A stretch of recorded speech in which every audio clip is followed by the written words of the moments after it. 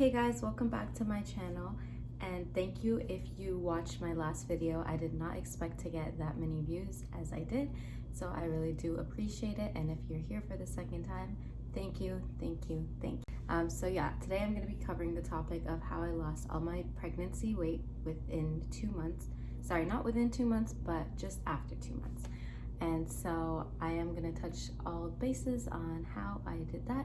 So let's get right into this video. Just a quick disclaimer, I'm no specialist, I'm no doctor, no OB, no midwife, no doula, no nothing.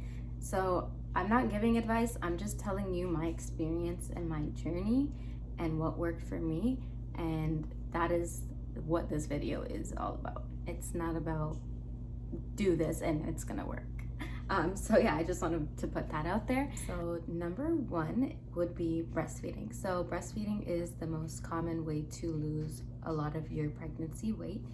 And I believe that for me, breastfeeding contributed to that a lot. So I'm thankful that I was able to breastfeed, or I am still breastfeeding, and I'm thankful that I am able to do that. I do give the baby formula here and there, but aside from that, it's mainly breastfeeding. All right, so number two would be that I was working out during my pregnancy. And this is not to say I was working out every single day or that I was super consistent, because I was not. In my first trimester, I wasn't even able to wake up for work, so I was not working out. But when the second trimester came along, it was springtime here in Toronto, Canada. And so I started doing a bit of working out because I'm just like, I cannot lose myself, I gotta do something.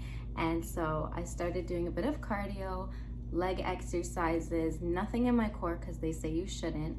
For cardio, I was jogging up and down the hills, but I was jogging backwards up the hill and then walking slowly down because you have to be very cautious. And so yeah, I was doing that, but only for like 10 minutes because cardio is hard when you're pregnant and you don't want to be too risky, or you don't want to take any risks. So that's what I was doing, and then the leg workouts. So I was only doing that for about 2 to 3 weeks, and then I got really bad back pains, and I stopped working out. I just couldn't. No, and I could barely even walk. It was just too much for me. So as I got to the third trimester now, I started swimming because it got really hot outside, and if you know me, I'm a swimmer. Every summer I have to swim. It's just impossible to go a summer without swimming. So I did that. How many times was I doing that a week? So I was swimming laps. Every week was different because when you're in your third trimester, you're focused on prepping and planning for birth, and just for motherhood. And so I would do it once a week, twice a week, 3 times a week, sometimes even 4 times a week. Every week was different. I enjoyed swimming because you see the back pains I had when I would swim. Okay, the back pains were related to the baby growing against a joint. So when I would swim, she was lifting off of that joint. It was great, and you just feel so light in the pool. Nothing is dragging you down, no belly's dragging you down. It was cooling because it was hot. It was a good time, and I was so thankful that I got to swim in my last trimester. And I was swimming all the way until 39 weeks. I gave birth at 40 weeks. So I really am proud of myself for that. And I think because I was working out, I didn't get exhausted in the end. I was doing well. And I even would do hour-long walks because one of my friends had told me, so she was past her due date and she did an hour-long walk, and then her water broke the same day and her baby came. So I tried that. It didn't work in that way for me. My little girl came exactly on her due date. So if you want, give that a try. You have nothing to lose because you're gonna stay fit if you do try it. One day I went on a walk for 2 hours with no water. Crazy. And I just regretted that. And I was in a forest, so I couldn't go buy water. But don't ever do that when you're pregnant. I never did that again, and I never ever do that again. So that was that. Also, I just want to say, if you're not able to work out, because not everyone has the luxury of being able to work out when they're pregnant, that is fine. There's always going to be a time and the right time to start working out again. And if it's not during your pregnancy, do not beat yourself up for it. You are about to give birth or already gave birth, and that is all that you need to do to show your power and your strength, because the men in the back don't know what it's like and will never know what it's like. All right. Number 3. Okay, so this is not a third reason, but I just wanted to say during my pregnancy, my diet was not was not anything special. I didn't diet. I obviously did try to lower my sugar intake just because it's really risky to have a lot of sugar. And I was eating a lot more fruits and vegetables just for my baby girl's health. But other than that, it was not anything special. And I am a vegetarian, so I wouldn't say that would have contributed to my journey, because that's just my regular lifestyle, not a change. Now, moving into postpartum, I first just have to say I did not work out for the first 6 weeks. They say you should not, and I did not, because I gave my body the time to rest, which is really important just for your core. You don't want to damage your core working out. I know some people do, but I took it as a time to rest, not actually resting, because there's a lot going on in those 6 weeks. But as for fitness wise or exercising wise, I did not work out at all. I took my full 6 weeks, and I think that really was good for me. And then so 6 weeks passed, and then I started working out at the gym. I got a new gym membership, and I was going, but was I going a lot? No, because just with me and my partner, our schedules, so when he works, I'm full-time with the baby, but when he'd finish work, the gyms are closed. It just didn't work out, or it just doesn't work out every single day, because his hours fluctuate. So with that being said, I tried to go, but I was doing really good the first 2 weeks, but then because his hours kept switching, it's just been a bit hard. Oh no, not the first 2 weeks, the first almost 4 weeks. And to this day, I'm still doing walks here and there. If I don't work out, I'm gonna walk with the baby girl for at least an hour. But now it is getting a bit cold, so I don't know how often I'm gonna be working out. But I'm just happy I'm back at my birth weight, or pre-pregnancy weight. Yeah, pre-pregnancy weight. So we'll wait till spring and your girl will be back to working out or back to exercising. We're just taking a little break. And it's the holidays, so there was not much time. I know a fitness guru would be watching this being like, there's always time, but leave us alone. We're raising children, babies, and it's hard.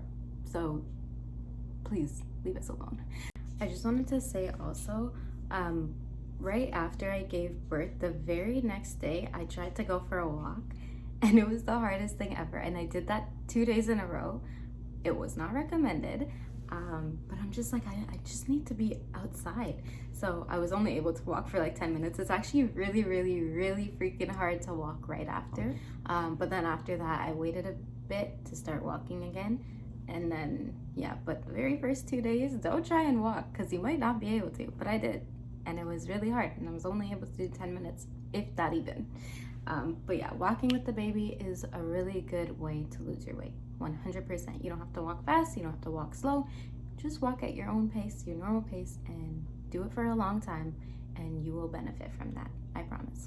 The next reason I believe I would have lost my weight was because I had to go dairy-free after a month of giving birth. So the first month I was not dairy-free, but in the second month I was, because my baby girl was getting very, very gassy.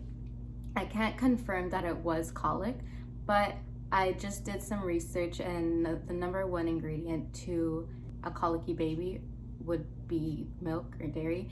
So I just cut that out completely. Can't have any cheat days, because it takes at least 3 to 6 weeks to eliminate dairy from your body completely. So there were no cheat days for me, and I feel like that also really helped me, because I felt less bloated. I just never felt this good in my body before, and I just felt so clean. And yeah, I would never do that, because I love cheese. Like, cheese is my life. So I was gonna try it right when I gave birth, and I asked in a forum on this Peanut app that has a bunch of mothers on there just giving advice. I asked if I should do that, and everyone was like, no, because your baby can become lactose intolerant, which I did not want at all for my girl. So I didn't even do it. But as soon as I saw her getting really gassy, I'm like, I'm gonna do that. And I even took it up with my midwife. She said it was fine to try it, and I did, and I'm happy I did.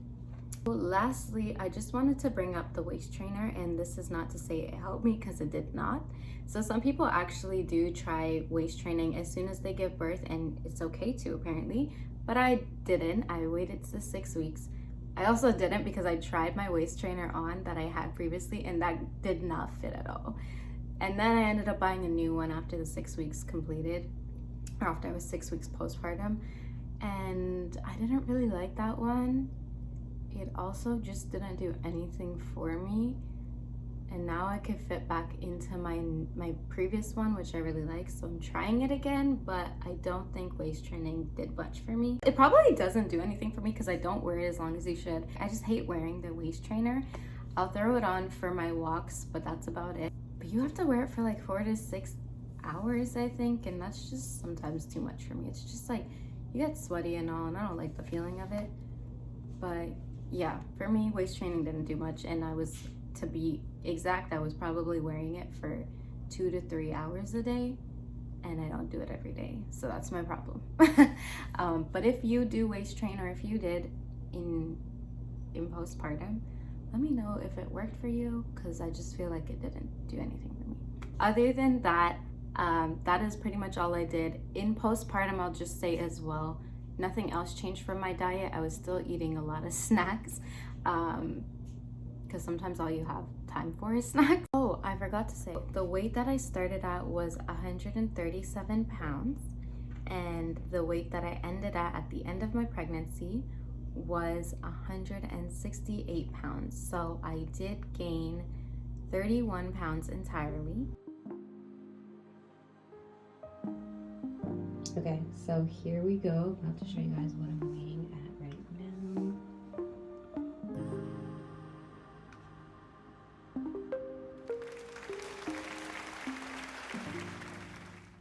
So yeah, thank you if you have made it this far into my video. I appreciate you for watching this video. If you have any suggestions or questions about postpartum, leave it in the comments below and I can get back to you on that. Like, comment, share, and subscribe, and I will see you in my next video. Bye.